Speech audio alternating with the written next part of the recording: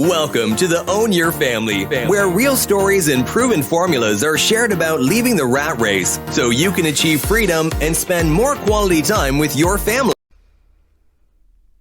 Hi, it's Katrina for Own Your Family. In this episode, let me share with you the book summary of David and Goliath, Underdogs, Misfits, and the Art of Battling Giants by Malcolm Gladwell. Malcolm Gladwell shows why you don't always have to be Goliath to win. He explains why places such as a rebellious Northern Ireland, London during the Blitz, Birmingham in the American Civil Rights Movement, and a small town in Nazi-occupied France were able to triumph over stronger opponents. We met remarkable underdogs like J. Freireich, the doctor who revolutionized treatment for children with leukemia, and David Bowies, a dyslexic trial attorney who shouldn't have triumphed but did. Gladwell has a talent for presenting interesting subject matter in an entertaining way. He is an astute observer of the human condition. And I like the way that he makes people think with his research and observations. He does not present his writing as fact, but rather as a tool to engage people. Bigger isn't always better, neither is smaller. So listen to David and Goliath audiobook summary to find out why. You have probably heard the biblical story of young David knocking down the giant Goliath with only one stone and a sling. The story of David and Goliath has since symbolized the battles between the weak and the giants. What seemed impossible happened, and it happens more often than you think. In David and Goliath, Malcolm Gladwell challenges our beliefs about our weaknesses and our insignificance, bringing a new interpretation of what it means to be discriminated and underestimated. Gladwell begins with a true story of what happened between the giant and the young pastor so many years ago, and proves how David was in fact the great favorite. Gladwell compiles in this book events occurring in the life of Anonymous and Famous that lead us to see favoritism in other eyes. Building on the story, Gladwell makes us question our premises and understand that it's not always who is favorite to win. Vivek Rane was an Indian immigrant in the United States who had never trained basketball teams and knew very little about the sport. Still, he accepted a challenge: train his daughter's female basketball team at school. To overcome this challenge, he asked a former professional player named Roger Craig and his daughter Rametra, who had already played high school basketball, for help. But something special happened. Vivek's lack of knowledge about basketball gave the team a strategic advantage and allowed him to win the national high school basketball title that year. From an outside perspective, he understood the rules of the game, but did not understand why the teams were not able to defend themselves from the other teams when the ball returned to the court after a basket. He also knew that his team was not as talented as the others, and so could not compete using the traditional way of playing. That's why his team scored opponents in a closed way, always putting pressure, trying to prevent the other team from scoring.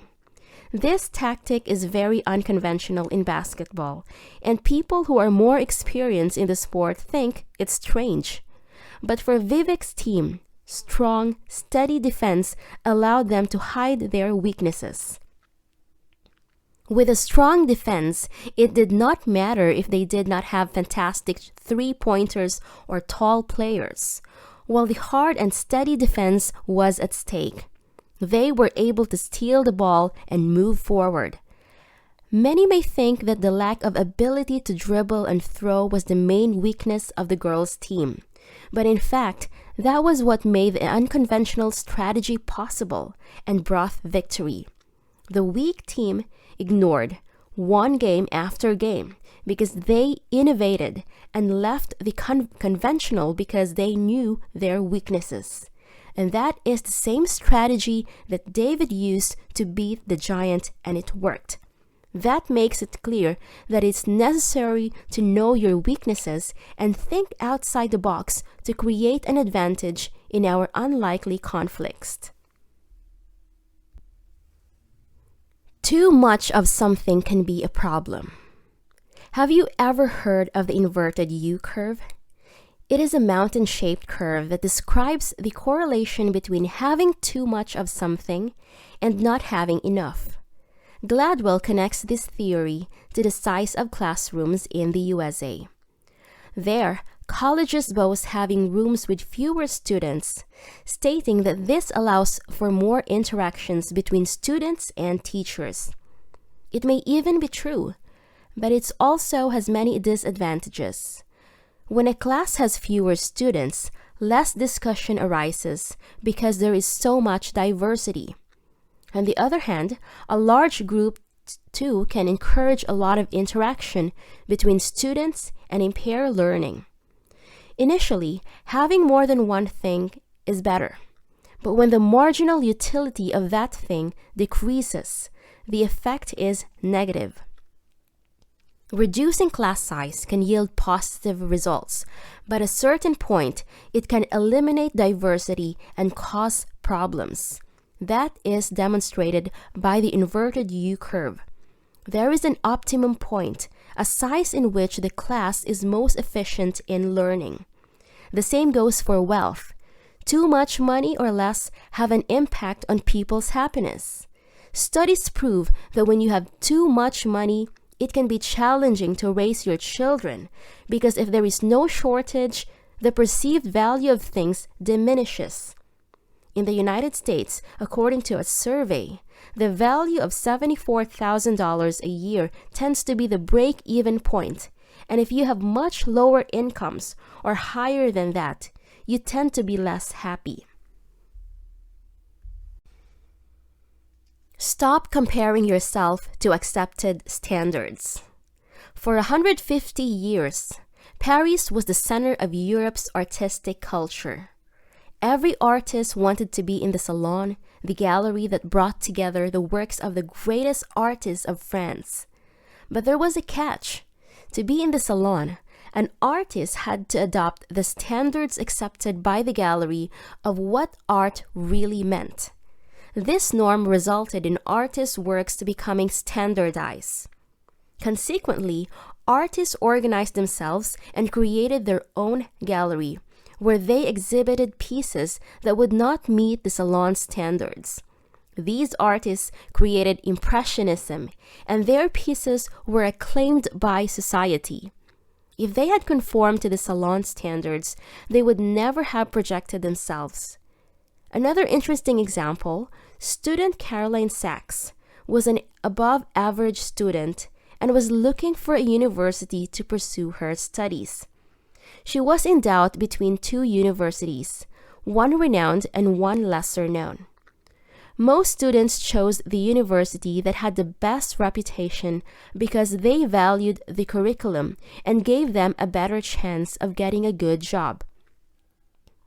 The problem with this way of thinking is that if you go to the best school with the best students, it is harder to stand out and you become just another fish in the sea. Caroline chose the most renowned university and immediately became a mediocre student, which was something new to her, who had always been among the best. She could not handle it well, which made her drop out of college. Imagine how it would have been if she had made the opposite choice. Would she have been a prominent student in junior college? Would she have finished college? The act of comparing ourselves with widely accepted standards undermines our self-confidence and prevents us from realizing our full potential. You need to find a niche where you stand out despite your weaknesses. Play with your weaknesses. Do you know anyone who has dyslexia? Dyslexia is the inability to read and understand text. When we think of dyslexic people, we immediately feel sorry for the people affected, judging them less capable than the others. However, a myth of the modern world is that to be successful, you need to be better than your competitors in all areas. You do not have to be better at everything. The important thing is to be better in the critical areas that lead to victory. Lawyer David Boies was dyslexic. As a young man, he discovered that he had great difficulty with reading, and instead of giving up, he continued to try to improve his reading skills. That did not work for him. On the other hand, he knew he had a great ability to listen. He listened to people with gusto and recorded in memory everything he heard. That was his strength.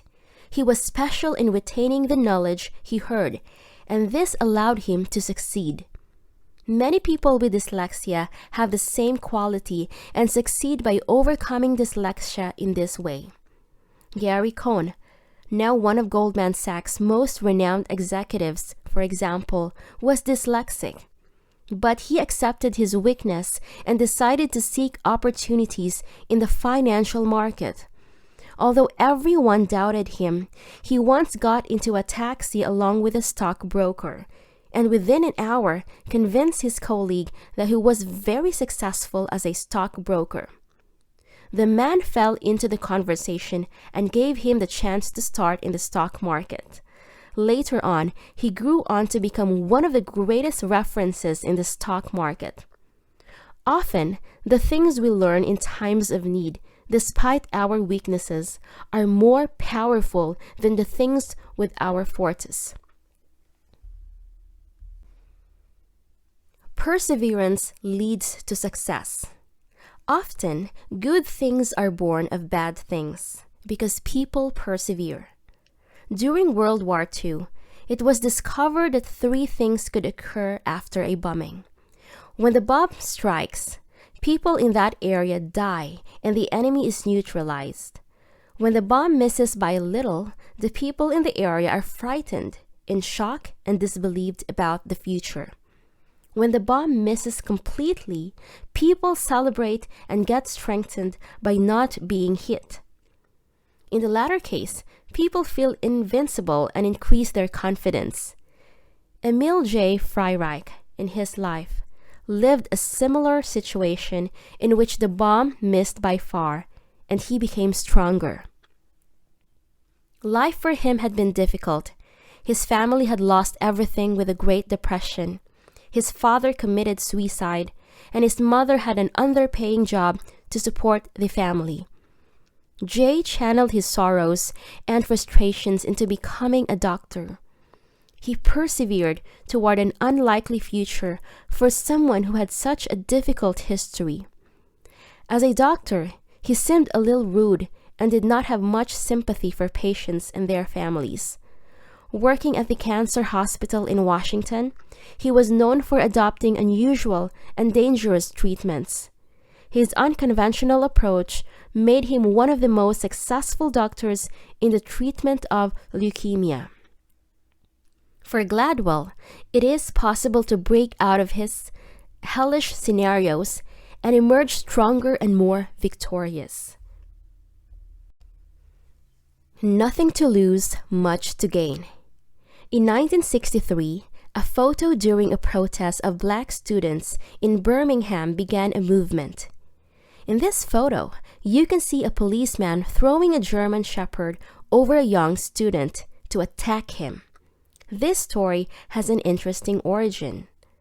Wyatt T. Walker was a more radical activist than Martin Luther King because he had always been subjugated by society. He learned to use the wisdom of the streets to get out of difficult situations. He was not a rebel by choice, but by necessity. Walker once urged his fellow combatants to march in the city, but many people did not show up. He postponed the march, and more people came to watch.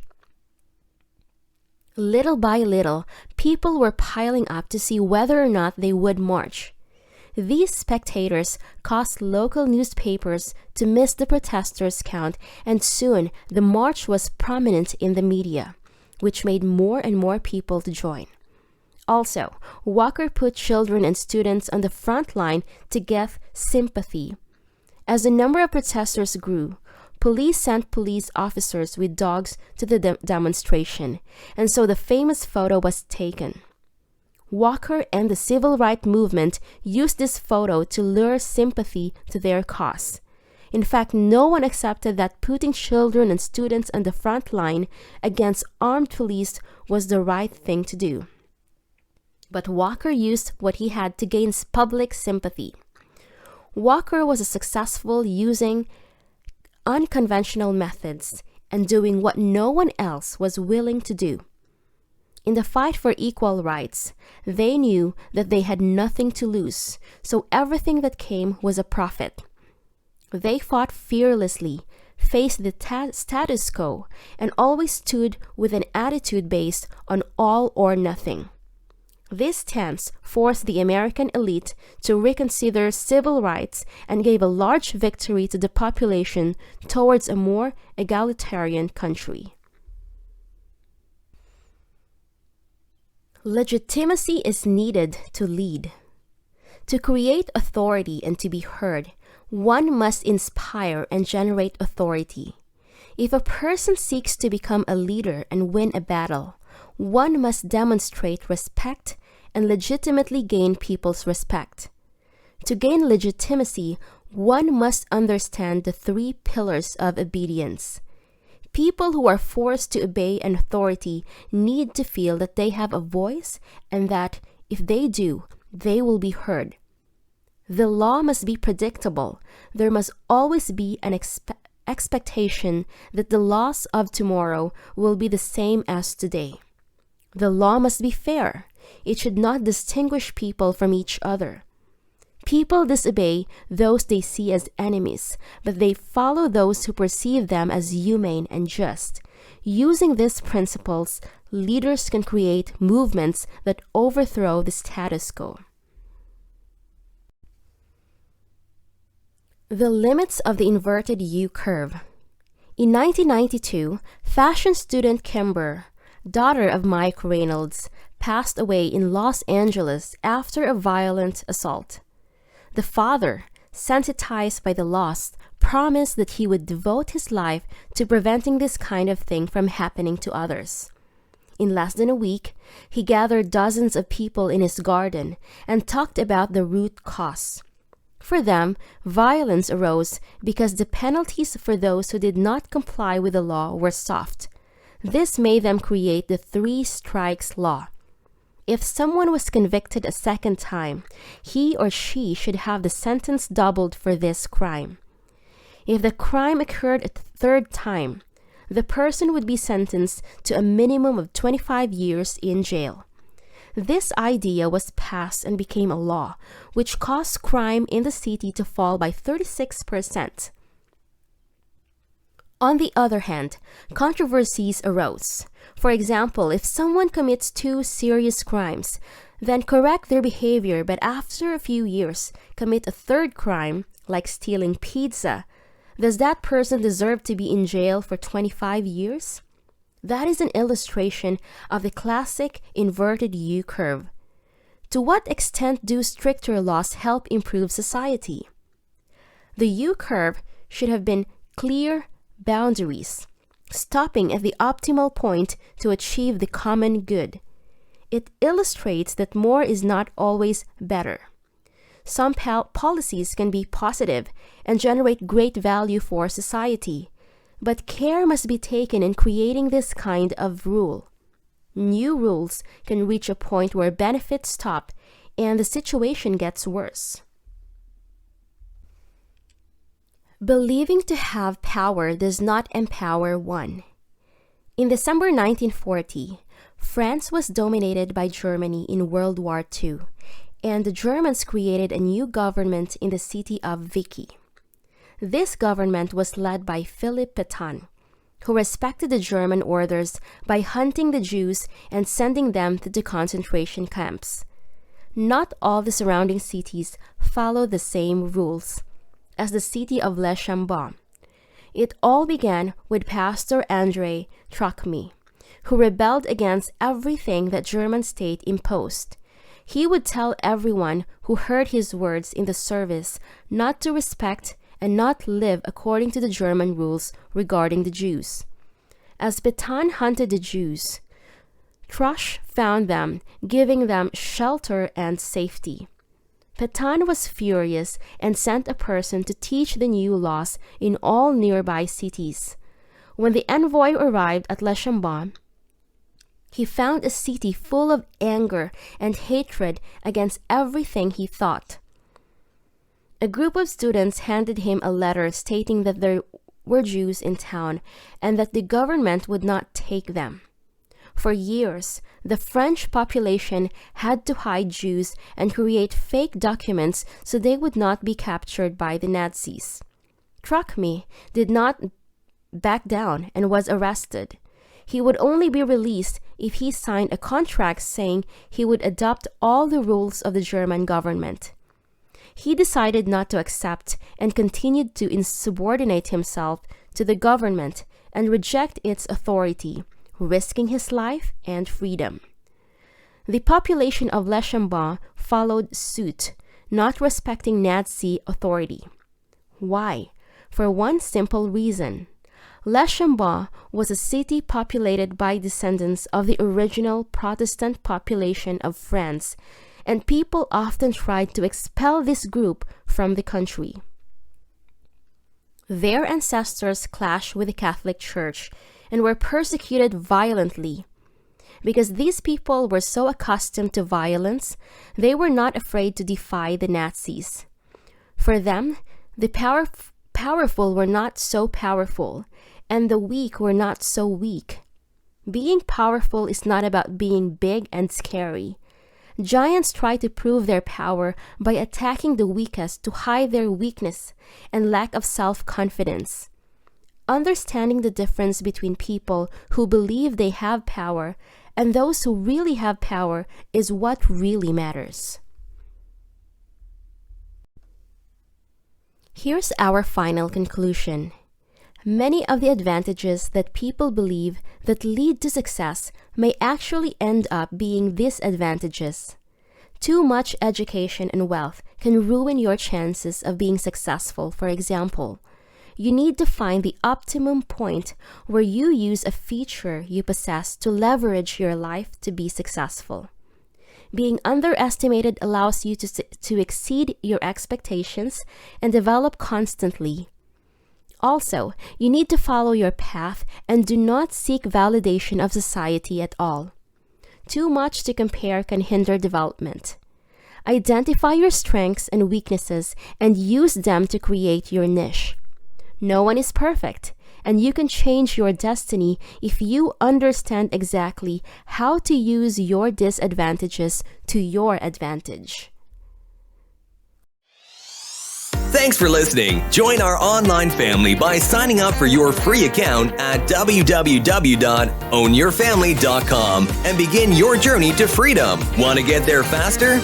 Book a strategy call with us at ownyourfamily.com/book a call. As always, be sure to leave a rating and subscribe to our podcast and channel so you never miss a future episode.